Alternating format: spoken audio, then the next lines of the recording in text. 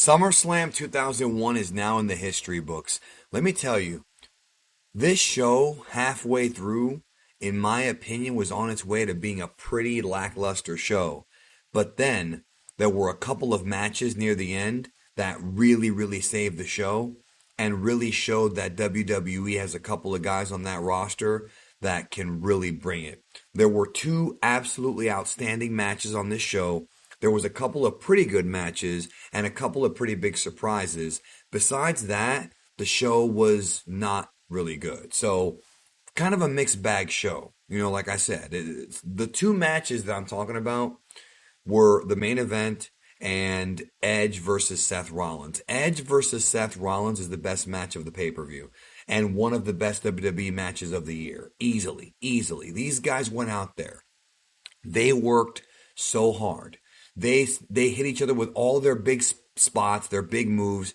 We saw the Edge-o-matic. We saw the execution. We saw an awesome sequence where Seth Rollins reversed the spear into a pedigree. We saw Seth bust out the twisting phoenix, and then Edge came in.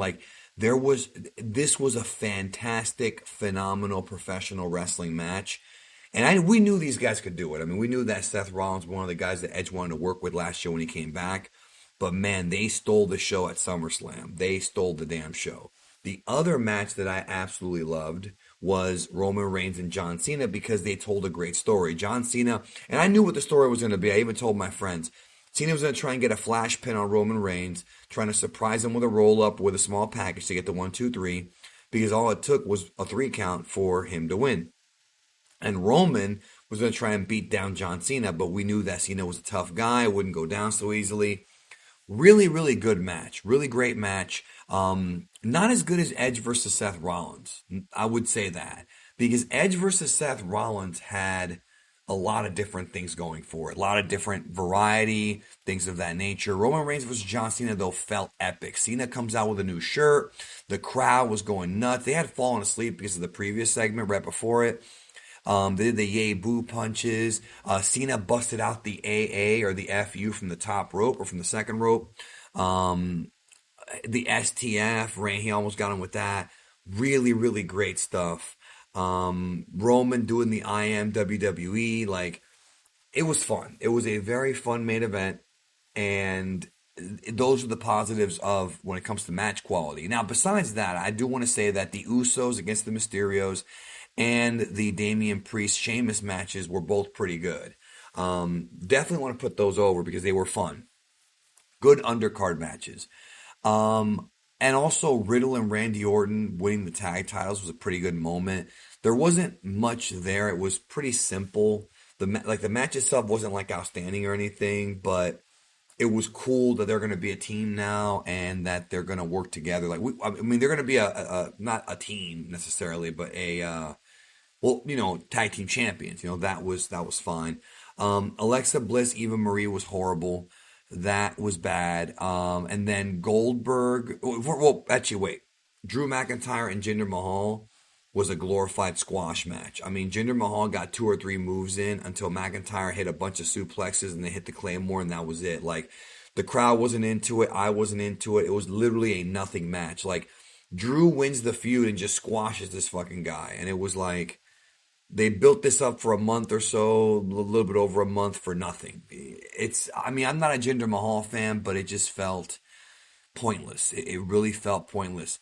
Now, I also want to put over Charlotte Flair versus Nikki Ash versus Rhea Ripley. That was a good match. The girls worked hard. I think Nikki Ash really, really did work really hard. I mean, everybody here did a great job. Don't like the finish, though. We're going to get to some of the negatives about this show, okay?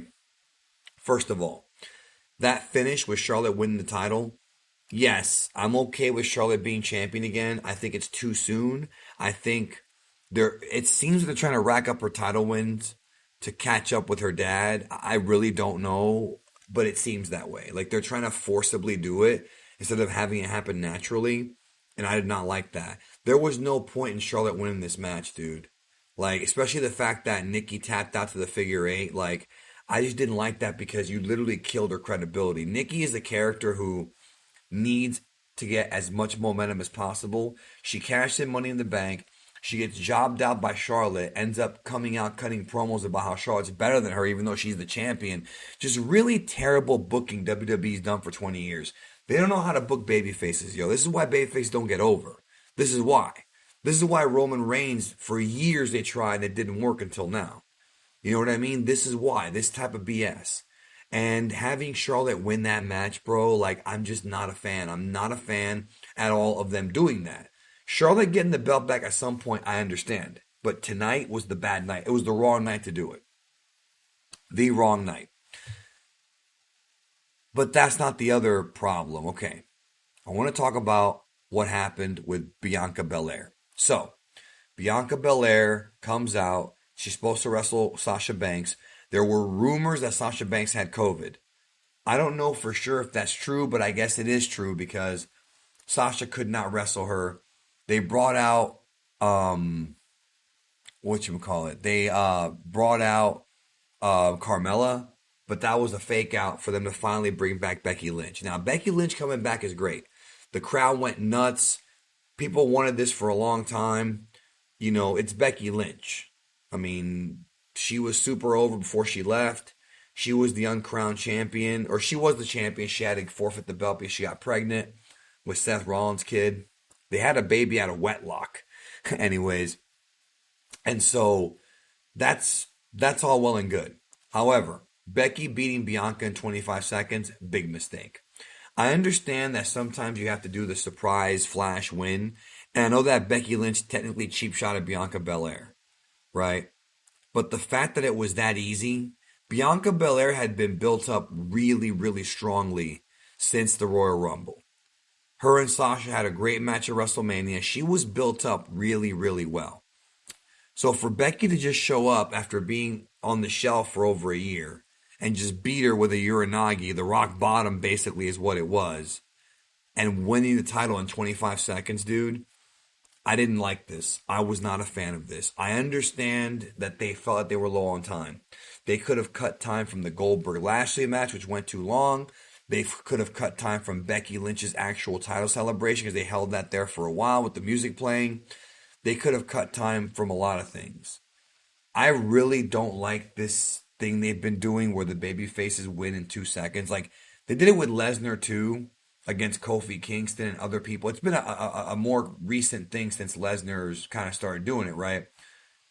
And I don't like that. I don't like it because Lesnar is a guy, and we're going to talk about Lesnar in a minute, okay? He's a guy who can get away with it, first of all. And second of all, he doesn't always do it, right? He doesn't always do it. And I think far too often we've had championship matches that end like this. And they're not fun. They're not good matches. Braun Strowman, Goldberg, Drew McIntyre, Brock from WrestleMania 36. Both title matches were washes. They were pointless. Like, I miss my epic world title matches. And obviously we got it later on tonight with, or later on the night with Roman Reigns and Cena. But they do this too much, yo. It's too patently obvious to me. And it's not like it was Money in the Bank. It's not like Bianca was hurt after having a wrestling match or she got attacked by a heel. Bianca's a babyface. If you're going to do this to a heel, to humiliate the heel, okay. If you're going to have a heel do this to a face, okay. Becky Lynch is a babyface. They're both babyfaces. And I understand, again, listen to me. Listen to what I'm saying. I understand that they offered the handshake, and then when Belair shook her hand, Lynch clocked her and hit the Uranagi and got the 1, 2, 3, the manhandle or whatever. I get it. I didn't think it should have ended like this at all. They could have actually had somewhat of a match. They could have had Bianca get laid out. They could have done a lot of different things. And I didn't like it. And it killed the crowd. Like, I had friends that were there who told me that killed the crowd. And then you follow this up. I mean, you're following up like that with the Drew McIntyre match and then having Charlotte win. Like, the crowd was just very let down from what I was told. You know what I mean? So that middle part of the show, dude, not very good. Bobby Lashley Goldberg, 7 minutes and 12 seconds for a Goldberg match. This was horrible. This was horrible. Goldberg looks like he's about to fall apart. We've been saying this for a long time. The Undertaker match, he didn't look good. The match with The Fiend, he didn't look good. He barely got the guy up for the jackhammer. Didn't even get it right. The match with Braun Strowman was, edited because it was pre-taped for WrestleMania. And the match with Drew McIntyre was acceptable, but not great. I just personally feel like, I don't know, I feel like Goldberg needs to go away. And you're talking to a guy who I don't have anything against Bill Goldberg. Please don't ever think that. I don't have anything against him. I respect him being a good father. All that stuff I'm down for. Goldberg looked bad here. It was sloppy. The crowd was booing Goldberg and cheering Bobby Lashley. The story of the match was that MVP hit Goldberg with his cane, and so Lashley kept attacking his foot or his knee. Lashley kept attacking his knee by driving it into the post.